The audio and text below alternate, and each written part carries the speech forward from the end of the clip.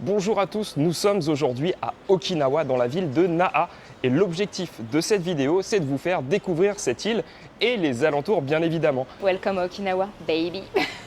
Alors dans un premier temps on va se diriger vers un village américain, on ne sait pas du tout ce que ça donne, on va découvrir, on a vu ça sur Google Maps. Apparemment c'est une attraction un petit peu touristique avec une grande roue, des restaurants type américain parce qu'il faut savoir qu'il y a quand même une grosse base américaine de l'armée ici sur l'île d'Okinawa. Pour se rendre au village américain il faut prendre un bus.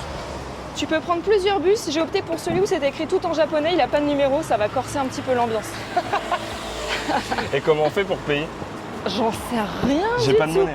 Quand on pense à l'île d'Okinawa, on pense tout de suite aux plages de sable fin et aux décors paradisiaques, mais en fait ce n'est pas que ça. La ville de Naha est immense, il y a plein de points d'intérêt, également des temples à aller visiter. Donc on va essayer de découvrir ça à travers cette vidéo. On va au combini acheter de l'eau et des bonbons. Ça pique un petit peu, mais j'ai jamais goûté et je les ai déjà ouverts parce que je suis trop pas patiente de les manger parce qu'ils ont l'air très très bons. Bon, pendant le trajet jusqu'à l'arrêt de bus, on va vous raconter un petit peu l'histoire de l'île d'Okinawa. Okinawa fait partie de l'archipel des Ryukyu. Situé entre le Japon et Taïwan, pendant plusieurs siècles, ces îles formaient le royaume des Ryukyu, un état indépendant qui entretenait des relations commerciales étroites avec la Chine et d'autres pays d'Asie. En 1878, le royaume est annexé par le Japon et devient officiellement la préfecture d'Okinawa. L'histoire de l'île est ensuite marquée par la Seconde Guerre mondiale. En 1945, la bataille d'Okinawa cause la mort de plus de 200 000 personnes, civiles et militaires. Après la guerre, l'île reste sous l'administration américaine jusqu'en 1972, date de sa restitution au Japon.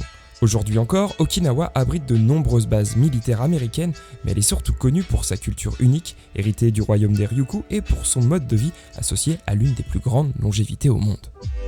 On vient d'arriver à l'arrêt de bus Miyama, donc c'est le nom du village américain qu'on va visiter aujourd'hui. On y est arrivé, mais non sans mal. Il y a un truc qu'il faut savoir, c'est que c'est à peu près comme chez nous. En fait, les bus ils sont en retard aussi ici. Et en fait, on a attendu hyper longtemps et il n'y en a pas des masses. Et c'est un peu long aussi. On a mis quand même 45 minutes depuis Naha pour arriver jusqu'ici.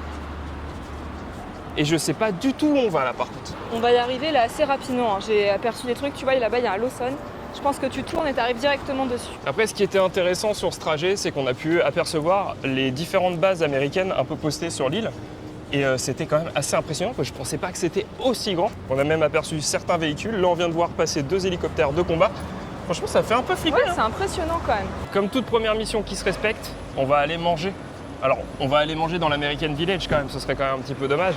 On voit les décors au loin, ça fait un peu carton-pâte. On se croirait vraiment dans un parc d'attractions. Là-bas, on dirait la tour de la terreur. On se croirait un petit peu à Disney. Je profite de la présence de ces Hello Kitty pour t'annoncer qu'on va au Konas Coffee Village. Et oui. Quoi? Ça a l'air incroyable. Ça a l'air incroyable parce qu'en fait ici tout a un peu une vibes américaine, sandwich, burger, hot dog, pancake fluffy, taco rice, mexicain, Bollywood. Les meilleures des influences de la cuisine du monde réunies ici. Regarde un peu ce que ça nous propose. Des pancakes fluffy, de la folie pure. Ouais, Lokomoko, ça a l'air d'être le plat hawaïen de base. Ça a l'air bon. Ça a l'air délicieux. Je vais partir là-dessus. Mais en fait, je me disais que j'allais aussi partir là-dessus parce que ça a l'air vraiment très bon. Mais il y a aussi le rice ball, il y a aussi les crevettes, il y a aussi les pancakes avec le poulet à la moutarde frit dessus. Et ça avait l'air vraiment très très bon avec plein de frites. Mon plan, c'est d'avoir assez de place pour me faire un petit fluffy pancake à la fin.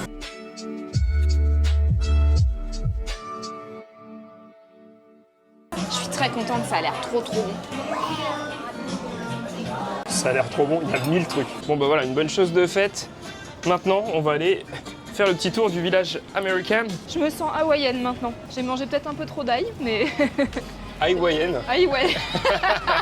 Malheureusement, j'ai pas eu l'estomac assez solide pour encaisser des pancakes et je suis hyper déçue. À Okinawa, il y a un endroit assez unique au Japon, l'American Village situé à Chatan. Ce quartier a été construit sur d'anciennes terres militaires américaines et il reflète parfaitement l'influence des États-Unis sur l'île. Dès qu'on y arrive, on a l'impression de changer complètement d'univers. Des bâtiments colorés, des enseignes lumineuses, des restaurants à l'américaine, des fast-foods qu'on ne trouve pas ailleurs au Japon, et même une grande roue qui domine tout le quartier.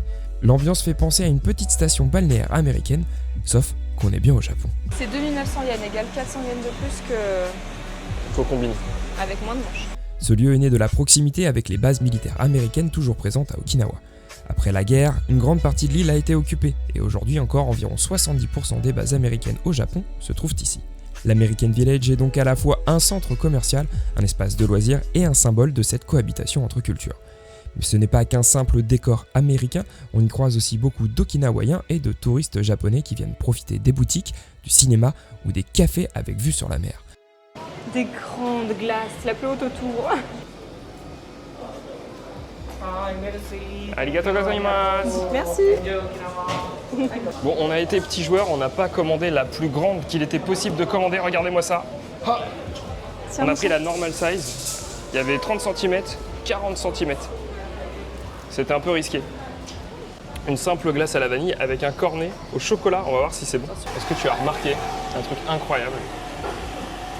Il avait son petit siège pour faire des glaces, pour se mettre à hauteur, pour pouvoir faire la glace la plus parfaite au monde. C'est quoi? C'est la map du quartier. C'est Disneyland en fait, je te dis. Regarde. Tu veux voir ce que j'ai looté? Vas-y. Un jeu de Uno Chikawa. Absolument indispensable. Et la pièce maîtresse de mes achats. Un badge. Mais que vois-je? Un magasin de Noël en plein soleil, 35 degrés, magasin de Noël. On va aller faire un petit tour dedans. Oh, je vais aller faire ma Ça va liste. te rafraîchir. Ouais, j'espère. Je fais le serment là, devant cette porte de ce magasin de Noël, par 35 degrés, que je vais acheter une décoration de Noël et que je la foutrai sur le sapin.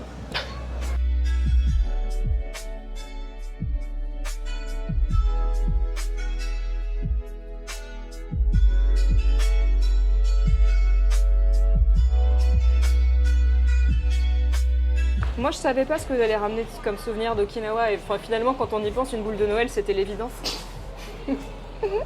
Et juste à côté, la plage de Sunset Beach est l'un des meilleurs spots pour admirer le coucher de soleil. Finalement, l'American Village, c'est un mélange surprenant, un petit bout des États-Unis au cœur d'Okinawa qui montre à quel point l'île a une identité singulière entre héritage Ryukyu, culture japonaise et influence américaine. On a quitté le village américain et nous, on va aller profiter un petit peu de la plage parce que c'est les vacances. Et puis, on se retrouve tout à l'heure. Ça faisait très village artificiel et ça m'a un petit peu fait penser, tu sais, à Yokohama, le Cosmopolis. Mention spéciale quand même pour la boutique de Noël où j'ai pu dénicher le souvenir inattendu d'Okinawa, c'est-à-dire une boule de Noël, bien entendu. En parlant de plage, on a eu la chance de passer 48 heures sur l'île de Zamami. C'est juste à côté d'Okinawa. On a pris le ferry pour y aller. D'ailleurs, j'en ai fait un format court que vous pouvez retrouver sur mon Instagram ou dans la section shorts de cette chaîne. N'hésitez pas à y aller et à aller le liker. Franchement, c'était incroyable. Deuxième endroit que l'on va visiter ici à Naha, c'est Kosukaidori. C'est une grande rue commerçante avec des restaurants, des magasins. C'est l'artère principale de la ville. Mon ambition, c'est d'être habillée à la tendance okinawaïenne avec le t-shirt Orion, cher à leur cœur que tout le monde a. Et je pense que si tu n'as pas ce t-shirt, tu fais pas partie de la team. Bah, je vais être obligé d'en avoir un, là. Ouais. Bon, qu'est-ce qu'on Et a là? stylé en noir aussi, mais tu vois, il y a les sans manches. Bon, je veux pas un sans manches, je veux le classique, moi. Bon, là, il y a des réductions. Ils sont à 2200 yens. Mais ceux-là, Non, ceux-là aussi. C'est écrit. eux, ils ont pas de manches. Eux, ils ont pas de manches. J'ai toujours rêvé de goûter un sandwich au fruits. Celui-là, là. C'est pas donné, hein. On a trouvé une boutique qui fait des dorayaki en forme de shisa, l'animal emblématique d'Okinawa. Aurore, ça te dit ou pas? Mais non, mais moi, j'aime pas trop ça, les dorayaki, en fait. 2500 yens ici. Je suis sûre qu'on peut mieux faire. T'as trouvé ton bonheur? C'est beau, ça, non? Pour briller en société quand je serai retournée au travail. À Naha, impossible de manquer la Kokusai-dori, la rue la plus animée d'Okinawa. Longue d'un peu plus d'1,5 km, c'est un véritable concentré de l'ambiance de l'île. On y trouve de tout, des restaurants où déguster les spécialités locales comme le Goya Champuru ou le Beni-Imo, des stands de street food, des bars à musique live, mais aussi des boutiques de souvenirs et d'artisanat. C'est vraiment l'endroit idéal pour amener un petit bout d'Okinawa, entre les verres en verre soufflé Ryukyu et les shisa, ces lions protecteurs qu'on voit partout sur les toits. La rue est toujours pleine de vie et surtout le soir quand les néons s'allument et que les musiciens font résonner le sanshin, l'instrument traditionnel d'Okinawa. Qu'est-ce que t'as trouvé alors? Les voilà, les voici, les t-shirts Orion. Est-ce que c'est l'achat, tu sais, que tu fais en vacances et quand tu rentres chez toi, tu regrettes d'avoir acheté ça, tu te dis putain, je le mettrai jamais de ma vie. Tu le veux quelle couleur? En blanc? Ouais, en blanc aussi. Tout le monde a le t-shirt Je me Orion. sens ridicule de pas l'avoir. Je me sens étrangère de pas l'avoir. Non, il est trop beau. Qui est-ce qui va flex au marché avec ça maintenant? Alors? Mission accomplie, on a enfin trouvé les t-shirts Orion au meilleur prix. Bien sûr. Et du coup, on continue à se balader dans la rue et puis on va aller faire quelques petites boutiques, je pense. avant d'aller trouver un endroit où manger. Une des spécialités ici à Okinawa, c'est le benimo. C'est une sorte de patate douce de couleur violette très vive. Et ils la déclinent sous plusieurs formes. On a vu une petite boutique là-bas qui vendait ça sous forme de comme les barquettes de lu là, quand on était petit. Alors ils font pas de t-shirt Orion pour les, pour les enfants. Par contre pour les chiens c'est ok. Arigatou gozaimasu. On a trouvé les petites tartelettes au benimo. On va goûter ça. Oh mon dieu! Regarde-moi ça. Ah, je dirais qu'il y a de la crème anglaise en dessous. Bon, là, je peux carrément pas faire de tête si c'est dégueulasse. Je vais être obligée de l'assumer pleinement parce qu'on est maintenant dans le magasin et je suis surveillée.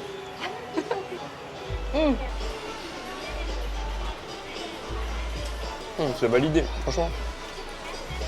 Ça m'a ouvert l'appétit.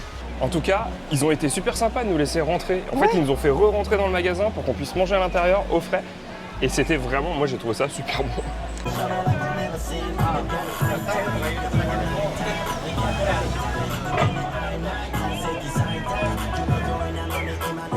Bon, pour résumer un petit peu l'ambiance de Kokusai Dori, c'est une rue commerçante avec plein de boutiques de souvenirs, des restaurants, mais aussi des chaînes que l'on retrouve un peu partout dans le Japon. Je pense à Sushiro, Torikizoku et une chaîne ici bien implantée, le Steakhouse 88 qu'on retrouve à chaque coin de rue. Kokusai Dori, c'est un mélange à la fois touristique et authentique, bruyante et chaleureuse. Un passage obligé pour comprendre l'énergie de Naha et sentir le cœur battant d'Okinawa. On poursuit la visite de Naha avec le troisième endroit qu'on va visiter. C'est le marché aux poissons, le Makishi Market, qui est très réputé. Apparemment, on peut choisir son poisson dans le marché et aller le manger à un niveau au-dessus. C'est des vrais crapauds, tu sais. Bon, le chemin jusqu'au marché aux poissons est plutôt sympa puisqu'on est sous un shotengai, ces allées couvertes au Japon.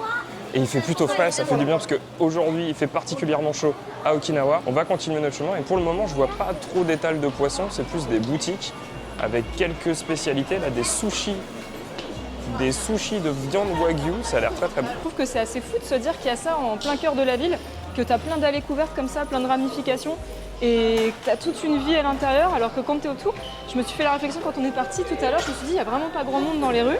Et en fait, mais tout le monde est là. Évidemment, il fait frais, on est bien à l'abri. Pour la suite de notre visite de la ville, on est allé découvrir le marché aux poissons, un lieu incontournable pour plonger dans l'ambiance locale. Dès qu'on entre, c'est une explosion de couleurs, mais aussi d'odeurs. Des étals remplis de poissons tropicaux aux teintes incroyables, du bleu, du jaune, du rouge, certains qu'on n'avait même jamais vus ailleurs au Japon. Ce qui rend le marché encore plus spécial, c'est qu'on peut acheter son poisson directement au vendeur, puis monter à l'étage dans un petit restaurant pour le faire cuisiner sur place. Sashimi ultra frais, tempura ou plats typiquement okinawayen, tous se dégustent dans une ambiance conviviale. Ici, on sent vraiment l'âme d'Okinawa, à la fois la mer qui nourrit l'île et la chaleur des habitants qui aiment partager leur culture à travers la cuisine. Le fait qu'ils soient très colorés, ça montre qu'ils sont très frais parce que les poissons exotiques, au bout d'un moment, quand ils sont morts, ils perdent leur couleur. Donc eux, tu vois, ils sont vraiment encore très très frais, à mon avis, fraîchement pêchés. Juste là, en fait, tu as un crabe des neiges et tu te rappelles à Dotonbori, à Osaka, la grosse façade. Et ben en fait, c'est ça. Donc c'est une chair qui est très fine. Finalement, ça n'a pas énormément de goût le crabe des neiges, mais c'est quand même très bon et c'est très réputé ici. Ça, c'est les fameux diodons, où quand le poisson, quand il a peur, quand il a des attaquants, il se gonfle d'un coup. 500 yens la gambasse. Alors je pense qu'en fait, tu peux demander et ils te font cuire, tu vois, ils prennent le morceau de thon et ils les découpent en sashimi, c'est incroyable. Maguro sashimi, maguro sashimi. Ouais. Ouais. Celui-là. Ouais. Okay. Du coup là c'est bon, on a acheté 2 belles crevettes et des sashimi de thon et là le monsieur, on le suit, qui nous emmène nous le cuisiner. Donc je pense que chaque commerce en bas est relié à un restaurant, il y en a plusieurs là autour de l'espace, donc c'est l'espace qui est juste directement au-dessus du marché. Donc il nous a accompagnés ici et il s'occupe de faire cuire, donc tu peux prendre d'autres choses en plus. Mais en fait, il n'y a pas que des poissonneries, il y a aussi un espace où ils font de la viande grillée, enfin, il y a vraiment plein d'endroits différents. Bon, les gambas ont été cuisinées avec amour, elles viennent d'arriver, on a nos sashimi de thon. Il faut penser à repayer un supplément pour s'installer à la table. Mais tout a été cuisiné pour nous, donc c'est plutôt cool. Et franchement, ça a l'air super bon. La vendeuse, elle m'a balancé un steak sans faire exprès dessus. Est-ce que c'est un hasard? Elle a rigolé, je lui ai redonné le steak. Qu'est-ce que tu voulais que je fasse d'autre? Tout à l'heure, quand on était à la poissonnerie, elle nous proposait les poissons perroquets, enfin de toutes les couleurs, là, en sashimi. Mais imagine, elle te le découpe, donc là, ils te le font, et le goût, il est affreux. Qu'est-ce que tu fais? t'es obligé de manger. Ah, c'est infernal, je pourrais jamais. C'est touristique mais populaire et en plus les produits sont bons donc je trouve ça vraiment cool. Difficile de faire plus frais, franchement. Bah ouais, c'est clair que c'est difficile de faire plus frais. Bon, il y avait aussi des étals de viande avec du bœuf wagyu, du bœuf qui vient d'Ishigaki, l'île qu'on a visitée l'année dernière finalement. Le propriétaire du Airbnb où on logeait l'année dernière à Ishigaki, je me posais la question pourquoi les vaches elles sont marron foncé. Et il a dit ah ben j'ai travaillé dans un élevage de vaches, je vous emmène visiter la ferme. Et on avait visité la ferme du fameux bœuf d'Ishigaki qu'on retrouve là sous vide alors qu'on les a caressés l'année dernière. Attends, t'as vu la ruelle là? Faut qu'on aille voir.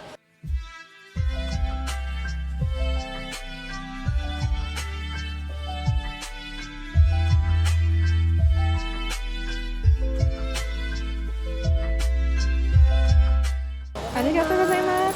Arigatou gozaimasu. En vrai, on sent vraiment que c'est un quartier un peu plus pauvre, un peu plus populaire. Il y a plein de personnes âgées. C'est très calme, il n'y a pas beaucoup de touristes finalement. Et les articles proposés datent d'un autre temps. Ça se voit que c'était hype il y a genre 30 ans.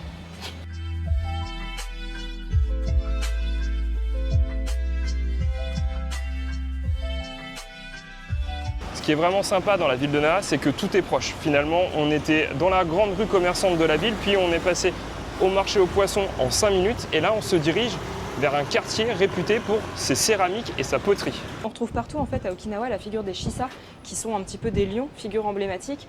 Et c'est un mâle et une femelle. La femelle ferme la bouche pour garder les esprits, pendant que le mâle ouvre la bouche et crie pour les faire fuir. Donc je crois qu'il y a quelque chose comme ça avec ça. Et on a vu que devant beaucoup de maisons ici, ils en avaient de tailles tout à fait différentes, en céramique. Donc peut-être que justement ils viennent les chercher exprès ici pour pouvoir après les mettre devant chez eux. Donc, en tout cas, on est dans le quartier de la poterie et à mon avis, ça coûte une petite blinde. En fait, dans le quartier, il y a les boutiques, mais pas seulement. Il y a aussi les ateliers en fait, des gens. Il y a quelque chose d'assez courageux, un peu plus courageux que d'aller déguster des poissons au marché, c'est d'aller faire des visites de magasins de poterie et céramique avec une enfant de 6 ans. Ça, c'est sport. Bien évidemment, parce que la moindre poterie coûte environ 2000 balles, quoi. Donc si ça tombe par terre, merci, au revoir, fin du voyage pour nous. Un des trucs qui est très courant au Japon, c'est ici, dans les boutiques, vous rentrez, en fait, le vendeur n'est même pas là, il est peut-être même dans son atelier. Donc tout est en libre service, il faut appuyer sur une petite sonnette pour le faire venir et pour acheter quelque chose. On vous emmène maintenant dans un endroit vraiment particulier de Naha, le quartier de la céramique, qu'on appelle Tsuboya. Dès qu'on entre dans ces petites ruelles pavées, on a l'impression de voyager dans le temps. Ici, les maisons traditionnelles en pierre et les ateliers d'artisans racontent une histoire vieille de plusieurs siècles. C'est au XVIIe siècle, pendant l'époque du royaume des Ryukyu, que Tsuboya est devenu le centre de la poterie à Okinawa. Le roi de l'époque avait décidé de regrouper tous les artisans céramistes dans ce quartier pour concentrer le savoir-faire et en faire un lieu d'excellence. Depuis, la tradition s'est transmise de génération en génération. La poterie qu'on appelle Tsuboya Yaki est célèbre pour ses formes robustes et ses décors simples, mais aussi pour ses shisa, ces statues de lions gardiens que l'on retrouve un peu partout sur les toits et devant les maisons à Okinawa. Ils sont à la fois protecteurs et symboles de chance. En se baladant, on peut visiter des petites galeries, admirer les fours anciens qui servaient à cuire les poteries et même rencontrer des artisans qui perpétuent encore aujourd'hui cette tradition. Beaucoup fabriquent toujours leurs pièces à la main en utilisant des techniques qui n'ont pratiquement pas changé depuis des siècles. Tsuboya, ce n'est pas seulement un quartier historique, c'est aussi un endroit vivant. On y trouve des cafés, des petites boutiques et une atmosphère paisible qui contraste avec l'agitation de Kokusai-dori. J'espère que la balade dans Tsuboya vous aura plu. Nous, on file à l'appartement, changer de vêtements, on va mettre nos beaux t-shirts Orient pour la suite de la vidéo. A tout de suite.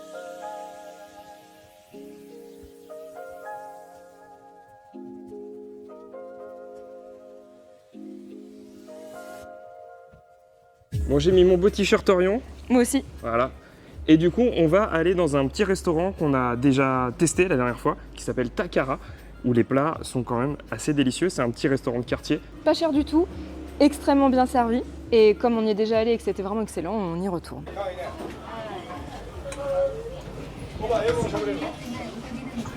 J'ai pris le plat traditionnel d'Okinawa, c'est du champuro. Je sais pas du tout ce que ça va donner. Partir du principe qu'ici c'est un bout de pain et les nouilles en fait.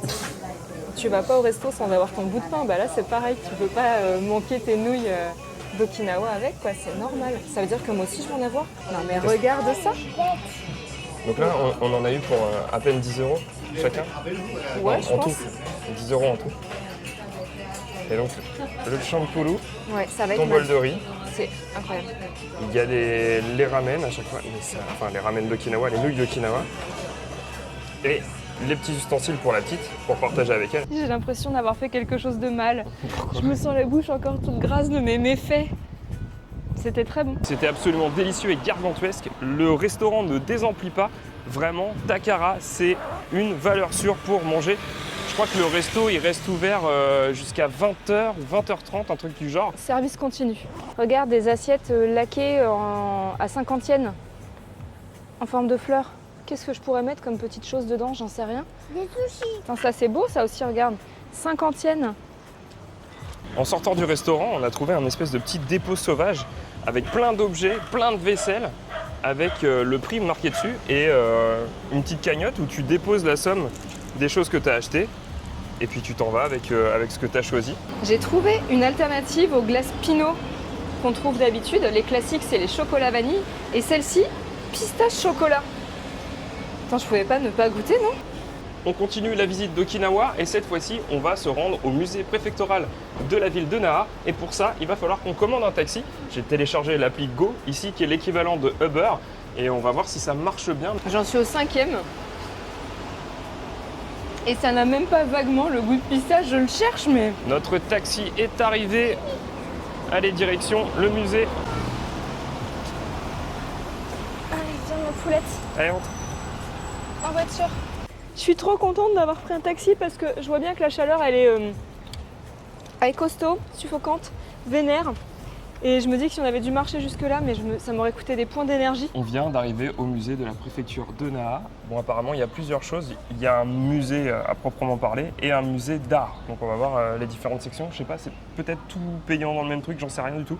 En tout cas, de ce que j'ai vu, les tarifs, ça va nous faire environ 1200 yens pour la famille. Ouais. C'est beau ce que tu fais, Guillaume.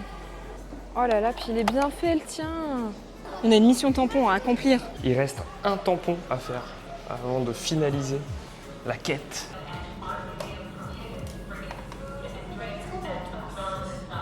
J'aimerais trop qu'on ait ce genre de truc chez nous. C'est une énorme chance. Mais ça fait peur. L'exposition permanente du musée préfectoral d'Okinawa est comme un grand voyage à travers l'histoire et la culture de l'île.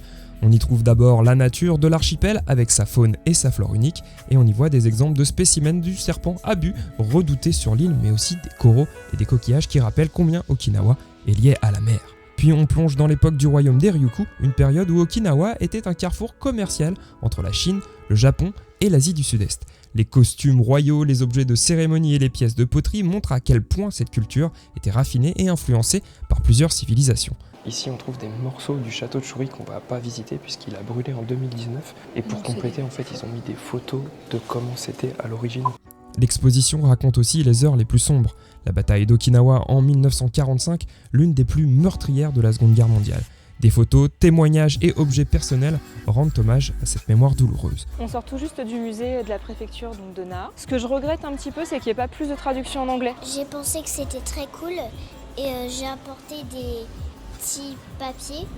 Et du coup, je voulais dessiner le tampon, quoi. J'ai commencé. Ça m'a fait le plus peur. Ça m'a fait vraiment hyper peur. J'aimais pas le squelette qui veut dire.